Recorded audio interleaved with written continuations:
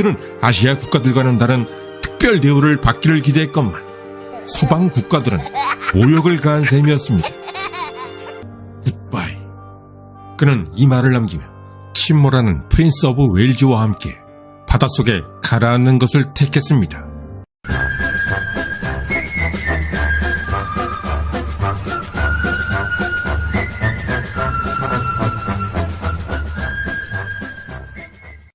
해가 지지 않는 제국 영국. 과거 영국은 세계의 패권을 잡고 있던 제국이었습니다. 지금도 인도, 캐나다, 호주, 뉴질랜드 같은 국가들은 모두 영연방 국가들입니다. 과거 대영 제국의 식민지였던 이들은 지금도 영국 왕실을 국가 원수로 떠받들고 있습니다. 이랬던 대영 제국이 약해지기 시작한 것은 바로 1차 대전 이후 1차 세계대전이 끝났을 때 아시아는 미국이 아니라 영국이 헤게모니를 잡고 있었습니다.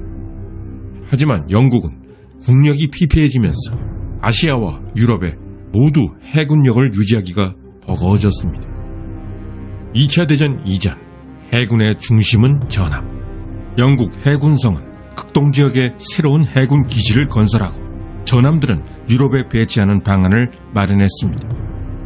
1921년 5월 영국 내각은 싱가포르에 현대적인 해군 기지를 건설하기로 결정했고 마침내 1938년 대규모 싱가포르 해군 기지가 완성되었습니다. 일본 입장에선 영국의 싱가포르 해군 기지 건설에 심기가 상할 수밖에 없었습니다. 한때는 같은 연합국이었고 사이가 좋았던 영국과 일본의 관계는 날이 갈수록 악화되어 가기 시작했습니다. 그나마 이때까지 다행이었던 것은 군부가 아니라 말이 통하는 민간 관료들이 일본의 정권을 잡고 있었다는 사실. 그래서 1920년대만 해도 일본은 꽤나 조용했습니다. 만약 미국과 영국 등 서양 열강이 조금만 더 현명했더라면 서방의 유화적인 일본의 민간 정부가 오랫동안 집권하도록 적극적으로 힘을 실어줬을 것입니다. 하지만 당시 미국과 영국 등 서구 열강의 지도자들은 그렇게 현명하지 못했습니다. 그래서 서구 열강 지도자들은 일본의 자존심에 상처를 주는 일을 잇따라 벌이게 됩니다. 자신이 갖고 있는 국력에 비해 제대로 대우받고 있지 못하고 있다는 억울함. 그것이 당시 일본의 심정이었습니다. 그렇다면 일본은 왜 이런 억울함을 느끼고 있었을까? 1920년에서 30년대에는 유엔이 아니라 국제연맹이 있었습니다. 지금도 유엔 안보리 상임이사국 5개국은 모두 핵 보유국이자 강대국들입니다. 당시 국제연맹의 상임이사국은 영국, 프랑스, 이탈리아, 일본, 그리고 국제연맹을 주도하던 국가는 영국. 그런데 영국은 상임이사국 일본이 강력하게 요구했던 인종평등 결의안을 채택해주지 않았습니다. 이런 영국의 행동은 일본 민간 정부의 위신을 추락시켰고 이들에 대한 일본 국민의 지지를 약화시켰습니다. 미국 또한 1924년에 이민법을 개정하면서 일본의 기대를 저버렸습니다. 일본을 다른 아시아 국가와 똑같이 취급하여 이민을 제한한다. 그러자 일본 국내에서는 이런 조치가 아시아에서 가장 문명화된 일본에 대한 모욕이자 아시아에 대한 차별이라며 거세게 반발했습니다. 영국과 미국의 이런 행동들은 모두 일본에서 군부가 정권을 잡는 것을 도와주는 행동이었습니다. 드디어 1927년 4월 다나카 내각의 성립과 함께 일본 군부는 권력을 잡기 시작했습니다. 바로 이때부터 일본은 전쟁을 향해 달려가기 시작했습니다. 1차 대전 전승국이자 국제연맹 상임이사국 일본. 아시아의 유일한 상임이사국이라는 것에 대해 자부심을 갖고 있었던 일본. 그들은 아시아 국가들과는 다른 특별 대우를 받기를 기대했건만 서방 국가들은 모욕을 가한 셈이었습니다. 1939년 9월 1일 2차 대전이 시작되며 독일이 전 유럽을 휩쓸기 시작하자 그동안 칼을 갈아왔던 일본은 드디어 자신이 우상으로 삼아왔던 영국 해군에게 도전장을 던지기 시작합니다.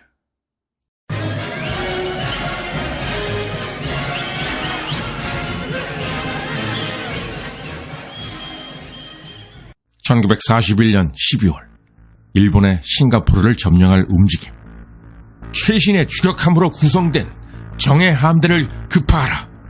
영국 처칠 수상의 이 명령에 따라 톰 필립스 중장을 사령관으로 하여 프린스 오브 웨일즈와 리펄스 호가 싱가포르로 이동하기 시작했습니다. 하지만 합류하기로 했던 항모 인도미터불은 수리를 받아야 하는 처지가 되어 합류하지 못했습니다.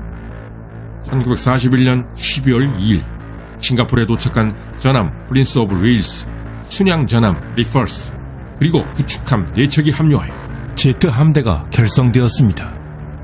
그러나 제트 함대만으로 일본 해군을 상대하기엔 아무래도 부족했습니다.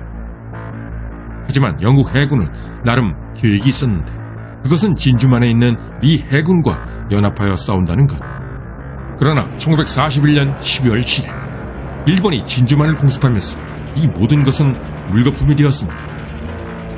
과연 전함만으로 항공기를 갖고 있는 일본 해군과 맞짱을 뚫을 수 있을 것인가? 이 문제는 영국 해군도 인식하고 있었으나 제트함대의 사령관 톰 필립스 중장은 심각하게 걱정하지는 않았습니다. 항속거리 때문에 일본 항공기는 넓은 바다로 나와서 작전을 하려 들진 않을 것이다. 설사 일본 항공기가 공격해온다 해도 일본 항공기쯤은 우리 함대 자체 대공망이 막아낼 것이다. 항공기의 공습으로 전함을 침몰시킬 수는 없다. 그러나 톰 필립스 중장의 생각은 커다란 착각이었습니다. 일본 해군은 조종사의 안전을 생각해주는 군대가 아니었습니다. 일본의 항공기는 조종사의 안전은 생각하지 않고 무조건 가볍게 만들어 항속거리를 늘렸던 것입니다. 또한 항공기 공습으로 전함을 침몰시킬 수 없다는 생각도 틀린 판단. 채널에서 이미 다뤘던 미 육군 항공단의 빌리 미첼 대령. 이미 20년 전인 1921년 2월 그가 직접 항공기로 전함을 격파하는 실험까지 보여줬음에도 톰 필립스 중장은 편견을 버리지 못했던 것입니다. 일본 남방함대 사령장관 오자와 중장, 영국의 대표 전함 2척이 싱가포르에 정박 중이라는 보고를 받자 그는 일본 해군의 제22 항공전대를 출동시켰습니다. 1941년 12월 8일 영국 해군의 제트 함대도 눈치를 채고 싱가포르를 떠나 바다로 나갔습니다. 오자와 중장은 직접 중순양함 5척과 구축함들을 이끌고 수색작전에 나섰습니다. 하지만 밤새도록 찾았음에도 일본 해군은 끝내 영국의 제트함들을 찾지 못했습니다. 12월 10일 오전 마침내 일본 정찰기는 영국 해군의 제트함들을 발견했고 G3M 폭격기가 출격해 수평 폭격을 가했습니다. 하지만 이 공격은 별다른 피해를 주지 못했습니다. 일본군은 역시 항공기로 우리를 공격할 생각이다. 전 함대는 대공 전투태세를 갖춰라. 오전 11시 40분 이번에는 어뢰를 장착한 17개의 G3M 내격기가 나타났는데 어뢰 공격은 폭격보다 치명적이었습니다. G3M 내격기가 투하한 어뢰 한 발이 프린스 오브 웨일즈의 2번 엔진실을 정확하게 타격했고 엔진실은 침수되었습니다. 그리고 스크류 한쪽도 날아가면서 프린스 오브 웨일즈의 속도는 16.5노트로 떨어졌습니다. 한편 순양전함 리펄스의 함장 윌리엄 텐넌트, 그는 제트함대 사령관 필립스 중장이 그때까지도 항공지원 요청을 하지 않은 것을 알고 경악했습니다. 윌리엄 텐넌트 함장은 즉시 항공지원을 요청했습니다만 일본 해군은 여유를 주지 않았습니다. 오후 12시 40분 이번에는 G4M 폭격기 편대가 날라왔습니다. 이번에도 역시 어뢰 공격. 이미 피해를 입었던 프린스 오브 웨일즈에 어뢰 3발이 추가로 명중했습니다. 프린스 오브 웨일즈는 단 하나 남은 스크류로 애처롭게 도망가는 처지. 하지만 일본 해군은 이들을 그냥 보내줄 마음이 없었습니다.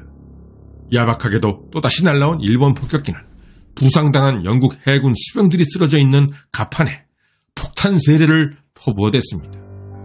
결국 더 이상 저항이 불가능하다고 판단한 필립스 중장. 모두 배를 포기하라. 함께 피하자고 필립스 중장을 설득하는 참모들. 하지만 제트함대 사령관 톰 필립스는 단호하게 거부했습니다. 굿바이. 그는 이 말을 남기며 침몰하는 프린스 오브 웨일즈와 함께 바닷속에 가라앉는 것을 택했습니다. 프린스 오브 웨일즈의 함장 존 리치 대령도 마지막 순간까지 퇴함을 지휘하다 전사했습니다. 이렇게 프린스 오브 웨일즈의 장교들은 끝까지 명예를 지키며 최후를 맞았습니다. 한편 리펄스 전함은 영국 해군 수병들의 환상적인 회피기동으로 일본 해군의 뇌격기들이 투하하는 어뢰들을 모조리 피하고 있었습니다. 하지만 계속되는 공격에 어뢰 3발 이상이 격중되며 6분 만에 바다 밑으로 가라앉았습니다. 휴대폰 필요할 때 여기 모르면 큰 손해입니다. 전환지원금 최대 50만원에 비밀지원금까지 놓칠 수 있거든요. 아정당에서는 부가 서비스 가입 없이 지원금 최대로 받고 지금 주문하면 오늘 바로 받아볼 수도 있어요. 알뜰폰 통신사도 20곳 이상 비교 상담 가능합니다. 약정 끝난 인터넷 정수기도 설치 당일 최대 77만원까지 받을 수 있어요. 법이 정해준 지원금이니 당연히 챙겨야겠죠. 365일 주말에도 밤 10시까지 무료 상담 가능하니 꼭 전화해보세요. 그리고 아정당은 전화 한 통으로 생활의 모든 서비스를 한 번에 해결할 수 있는데요. 포장이사, 이사 청소도 무료 견적 가능하고 이사업계 최초 물품 파손 시 본사에서 최대 1000만원까지 보상해준다고 해요. 휴대폰, 인터넷, 정수기, 이사 청소까지 정당하게 받자. 아정당. 처칠 수상각하 프린스 오브 웨일즈와 리펄스 오가 모두 격침당했습니다. 아무 말도 하지 못하고 전화기를 떨어뜨리는 처칠. 특히나 프린스 오브 웨일즈는 1939년에 진수한 최신형 전함이었습니다. 전쟁이 끝난 후 처칠은 이 순간이 자신이 2차 대전 기간 중 받았던 가장 큰 충격이었다고 고백했습니다.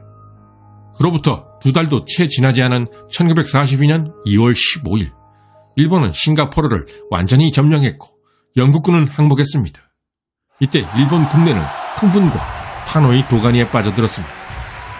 세계 최강의 영국 해군 격파. 일본, 영국군을 몰아내고 싱가포르 점령.